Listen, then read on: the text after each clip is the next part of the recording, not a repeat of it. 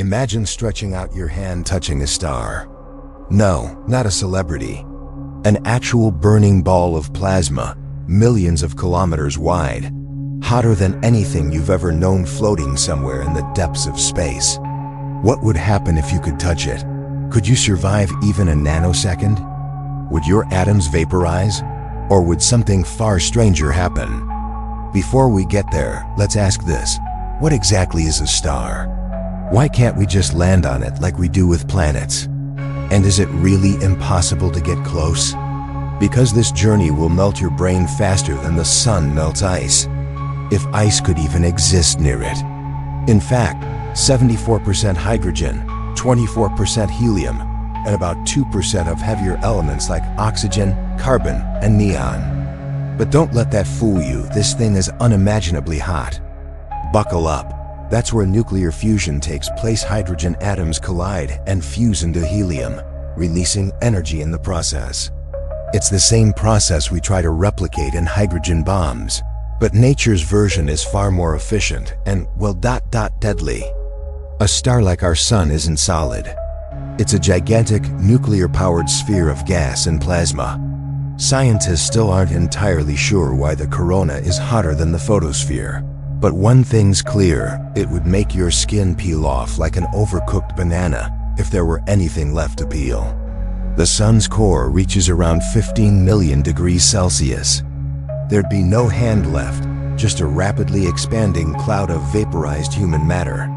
You're already being blasted by solar radiation, UV rays, gamma rays, and X-rays that would fry your DNA faster than you could scream. Its surface, called the photosphere, is a balmy 5,500 degrees Celsius. That's cool compared to the core, but still hot enough to incinerate everything known to mankind. So if you're thinking about casually touching a star like you touch a campfire, yeah, not gonna happen. Instantly denatured, bones, sort of, gone, blood, boiled into steam. But just how bad would it be? Your spacecraft, if it dared to approach within even 1 million kilometers, would require shielding that does not exist, not even in theory. You just made the worst decision in the history of physics. Let's assume, just for fun, that you somehow have the technology to survive the vacuum of space. You're in a suit. You float toward the sun. You reach out and extend a single finger. Is flying closer to the sun than any human-made object ever has. It's expected to dive into the sun's corona. Well, congratulations. And its mission is only possible due to cutting-edge engineering. Ultra-light carbon composite shields, and a whole lot of calculated orbital mechanics. The moment your finger gets within thousands of kilometers of the sun, get any closer, and the heat transfer via radiation would vaporize the molecules in your body. Unlike heat conduction on Earth, where molecules bump into each other to transfer heat, the sun's energy reaches you primarily through radiation, a form of electromagnetic waves. That means even from a distance, your spacesuit would heat up to extreme levels. And let's not forget, the outer layer of the sun's atmosphere, the corona, can reach 1 to 3 million degrees Celsius. Let's say you actually touch the surface, somehow teleporting your hand right onto the photosphere. First, it's not a solid surface, it's gas and plasma. Your hand wouldn't press on something, it would sink into it. And the moment it did, the electrons in your atoms would be ripped away, leaving behind a charged soup of ionized particles. You'd essentially become part of the plasma yourself. The proteins in your cells? Time to think bigger. Not only would you not survive the touch, you wouldn't survive the journey. Oddly enough, something already does touch the sun every day. NASA's Parker Solar Probe, launched in 2018, but even this probe isn't touching the star. It's still millions of kilometers away from the actual surface. So if touching the sun is out of the question, could you touch a smaller or colder star instead? So now that you've foolishly reached out to touch a star, let us be more specific. Say you're aiming for our very own sun. It's a relatively calm, middle-aged G-type main sequence star. But even this average star is more terrifying than anything we've encountered. You're falling closer. The sun doesn't have a solid surface. Instead, it's made entirely of plasma, superheated gas stripped of electrons, flowing in violent waves and flares. This plasma forms distinct layers. There's no time for pain. Think again. Your hand, or what is left of it, would disintegrate atom by atom in a fraction of a nanosecond. That mass, even if it's just 80 kilograms of human body. And perhaps the delicate balance of solar cycles that drive space weather, introduces foreign matter into the sun's localized plasma system. This might trigger tiny, unpredictable turbulence in the magnetic fields, possibly distorting solar granulation patterns, or even microsolar flares. The additional elements could interfere with nuclear fusion processes. When the sun releases them naturally, they can travel at millions of kilometers per hour, slamming into Earth's magnetic field and causing geomagnetic storms. In 1859, the Carrington event knocked out telegraph systems.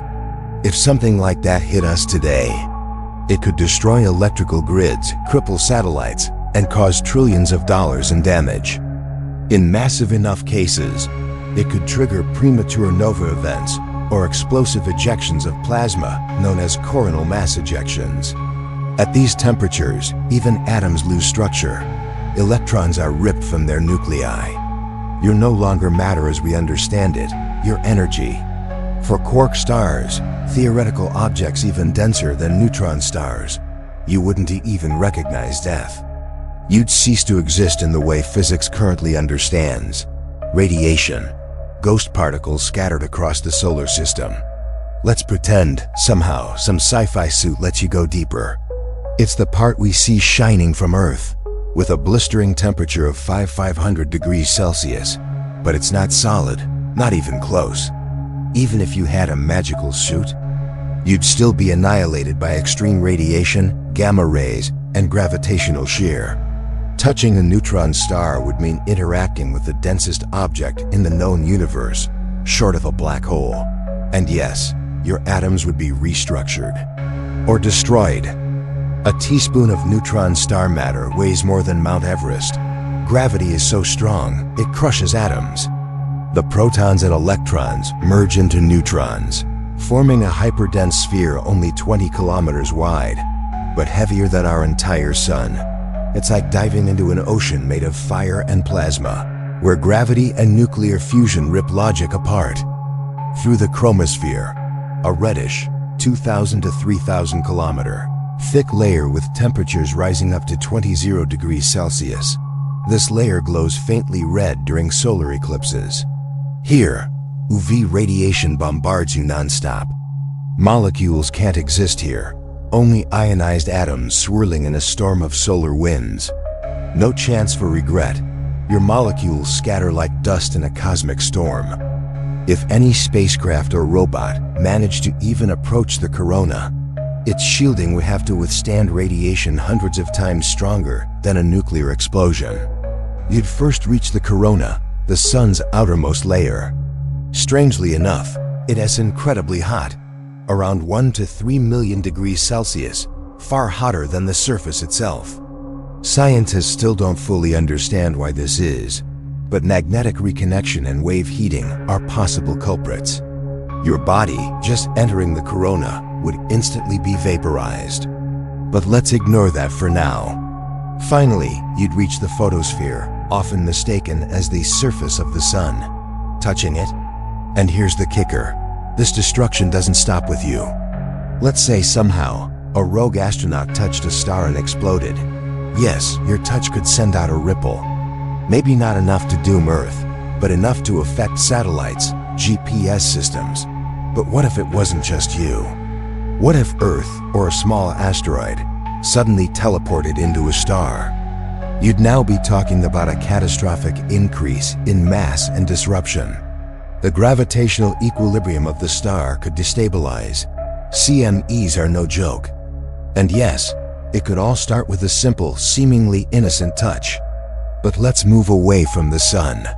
What if you touched another kind of star? Say, a neutron star. These are what's left after massive stars go supernova. Approach one? The tidal forces would spaghettify you. stretch you out like a noodle long before you got close. But what about the weirdest star of all? A quark star, or even a white dwarf? In the case of white dwarfs, your body would compress under a gravity so intense that your bones would liquefy before impact.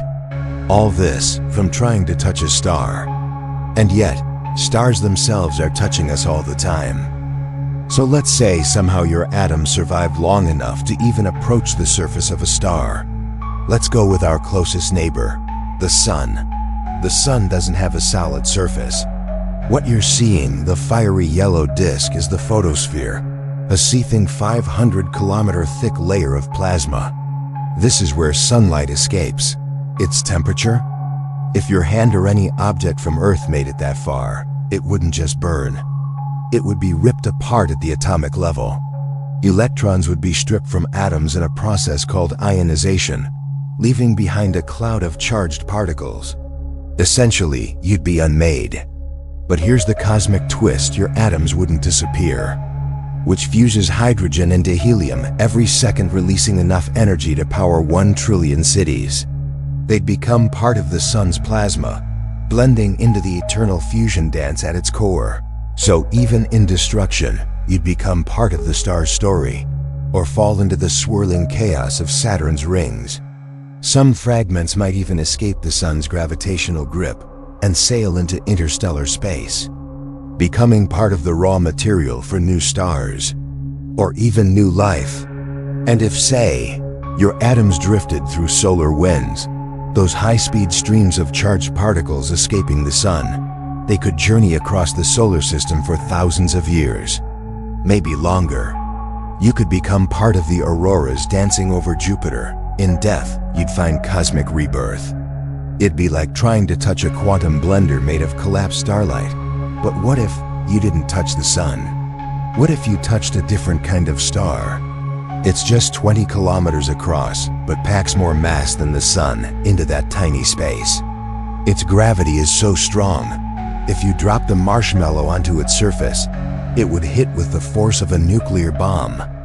You'd be compressed into a thin film of particles, far thinner than a human hair, before you even knew you arrived. Let's raise the stakes. What if you tried touching a white dwarf? White dwarfs are the burned-out cores of stars like our Sun. They're about the size of Earth. Your body would be pulled apart molecule by molecule long before you even touched it, but contain up to 1.4 times the mass of the Sun. That means a teaspoon of white dwarf material would weigh as much as an elephant. You'd be flattened into a memory in space-time. Approach one, and you're dealing with intense gravity, hundreds of thousands of times stronger than Earth's. And if you somehow made contact, the intense density and radiation would crush and vaporize your atoms instantly. It wouldn't be like touching a rock. You'd vanish. Your atoms, your information, your everything absorbed by space-time itself, possibly encoded into the black hole's surface, or maybe destroyed forever. Still not extreme enough. How about a neutron star? Others say it might leak out slowly over billions of years through Hawking radiation, but no one's come back to tell us. This is the collapsed core of a massive star after a supernova. Touching a neutron star would be the final touch. Its surface gravity is about 100 billion times stronger than Earth's. You wouldn't just die, but the king of all stars? The one touch no one survives, not even light? The black hole. Technically not a star anymore, but the endgame of a massive star's life. If you touched the event horizon, the point of no return, there'd be no burning, no crushing, no ripping. Just silence. No one knows for sure. Some theories suggest your information might be smeared across the event horizon. So, what if you touched a star? You wouldn't just die. You'd be annihilated, atomized, and possibly woven into the very fabric of the universe. But maybe that's the most poetic ending possible. We came from stardust, as Carl Sagan once said. And in trying to touch the stars, we return to them not in body, but in essence. Maybe the stars are where we came from. And maybe, just maybe, they're where we're meant to go back. If you liked this journey into the cosmos, where science meets imagination. Consider subscribing for more what-if adventures. Until next time, stay curious. And don't get too close to the stars.